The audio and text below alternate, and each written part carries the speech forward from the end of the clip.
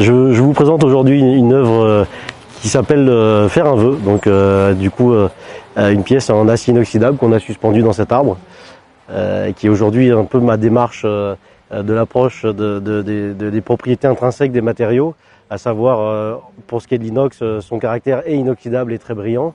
Jusqu'à présent, je travaillais de manière très aboutie, à savoir presque un polymiroir, et j'ai fait des découvertes récentes avec l'abrasion et la rotation. Donc du coup, j'ai aujourd'hui mis en application sur cette œuvre ce principe donc d'abrasion et de texture de la surface inox, qui donne vraiment un joli jeu de couleurs, de reflets et de lumière, et qui reflète un petit peu l'environnement et le caractère champêtre du parc et du jardin.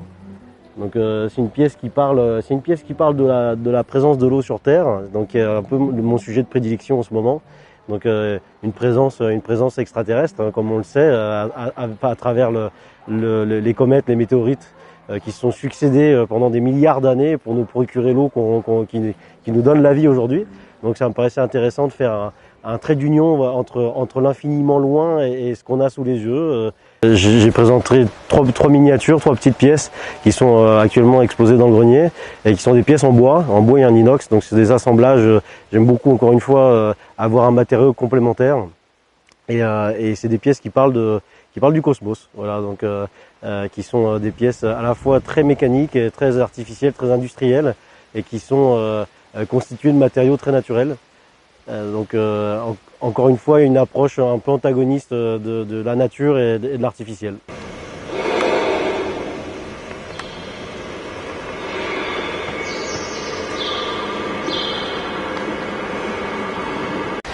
Je vous présente également cette pièce qui s'appelle Poséidon, qui est une pièce en fait qui parle de la mémoire de la forme et du design. Donc, sachant que la véritable définition du design, c'est la forme au service de la fonction.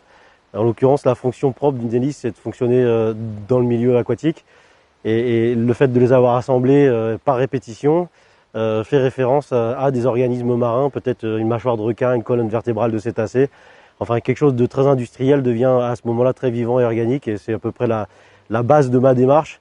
Donc cet antagonisme aujourd'hui qui devient aussi très complémentaire. Donc voilà, c'est un assemblage d'aluminium soudé, d'hélices usagées. Donc il y a très peu de récupération et de recyclage dans mon travail, mais ça en fait partie. Voilà, donc j'ai voulu créer cette pièce symbolique qui parle de la mémoire de la forme.